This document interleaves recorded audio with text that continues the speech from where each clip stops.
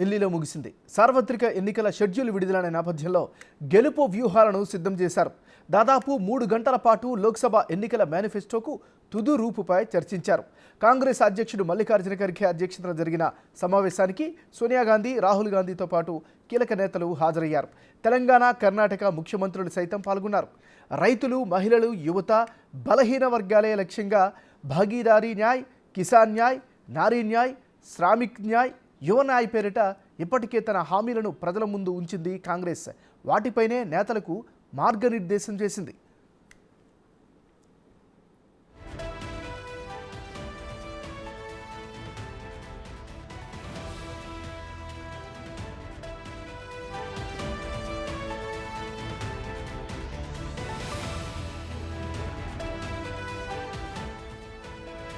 పంటల కనీస మద్దతు ధరకు చట్టబద్ధత కల్పించడం, రైతులకు వడ్డీ లేని రుణాలు, ప్రస్తుతం కేంద్రం అందిస్తున్న సాయం పెంపు వంటి అంశాలు మేనిఫెస్టోలో పొందుపరిచినట్లు సమాచారం.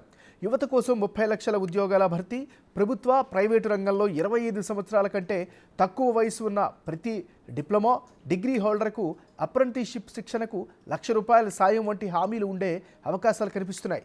30 ఏళ్లలోపు యువత స్టార్టప్లకు నిధులు సమకూర్చడానికి ₹5,000 కోట్ల కార్పస్ ఫండ్ ఏర్పాటు, పేపర్ లీకేజీల నివారణకు ప్రత్యేక చట్టం చేయాలని మేనిఫెస్టో, మహిళల కోసం నిరుపేద కుటుంబంలోని ఒక మహిళకు ఏడాదికి ₹1,00,000 సాయం వంటి 25 హామీలపై చర్చించి మేనిఫెస్టో రూపొందించేందుకు నిర్ణయం తీసుకున్నది. అయితే మేనిఫెస్టో విడుదల మాత్రం తర్వాతే ఉంటుందని పార్టీ వర్గాలు చెబుతున్నాయి.